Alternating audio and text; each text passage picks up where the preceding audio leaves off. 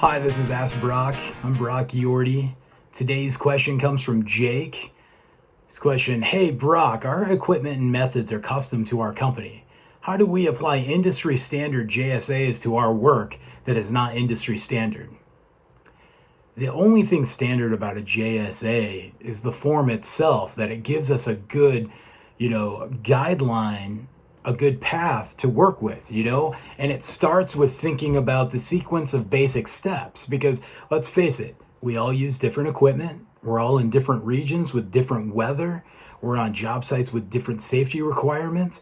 The only common thing we have right now is that we have this contagious virus, and we have those new aspects to working on a everyday job, right? So we start with our basic job steps, and we go to potential hazards. What could happen? What do we think could happen next? Consider tripping out drill rods. Step one, detach the top head, run it up, move it out of the way. Step two, I'm screwing in the hoist plug, right? I'm making sure it's secure. Step three, I'm bringing over the jib boom and I'm hooking up to that hoist plug. But in those potential hazards, maybe we considered what Dave Bowers has been writing about with, looking at wire rope, and we've inspected our wire rope because the potential of that, string weight could snap that, wire. Or we pinched it when we laid it down the last job site. So, it's thinking about the potential hazards and then what can go wrong. What has gone wrong in the past, from a near miss to, the hoist plug wasn't spun in the right way, and you started to trip out of the rod box and the rod fell. Nobody got hurt, luckily, but that's a near miss. Or somebody did get hurt and we had a lost time. So those are the things we're considering with our job safety analysis. In federal OSHA, you can go on and look at the oil and gas guidelines for their JSAs, and they're a great reference material. It's a great way to start in the shop, the conference room, on the back of the rig, talking about it. But you and your team have to build your job safety analysis from the ground up. You're just looking at basic steps, potential hazards, tools, procedures, and again, thinking about what can go wrong and giving our people the right knowledge.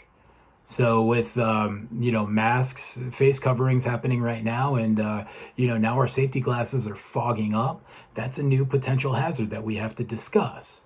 And then, yes, we're a practical field application industry. So what do? We learn from the field. And we have a lot of academics and we have a lot of safety people that are trying to help us with guidelines that only see from accident reportings the severe accidents that happen. So yes, we have to build our own job safety analysis, and we have to share it. And it's a great thing that the next groundwater association gathering we get to, if it's online or if it's in person, we have a discussion about near misses or accidents, and we share it with the industry so that we're all thinking about that. That's where the standard comes in, to be able to help educate and prevent catastrophic events from happening. And from there, we know that you're going to have custom work, and that in Michigan, I can expect it to freeze from October to May, and if I'm in Phoenix, Arizona, or Florence, Arizona, I can expect there to be spiders and snakes that are not going to be conducive to what I want to put my hand into, say a pallet to pull out, another pallet of bentonite. So those are the things that we're looking at for potential hazards and near misses. And then that's where we go from there. But cutting and pasting somebody else's job safety analysis or cutting and pasting somebody else's safety book is just cheating. And it's a good way for everybody to get hurt. They can always be good guidelines, but you need to build it with your team. And it has to be practical. And we all have to have a full discussion about it and go from there.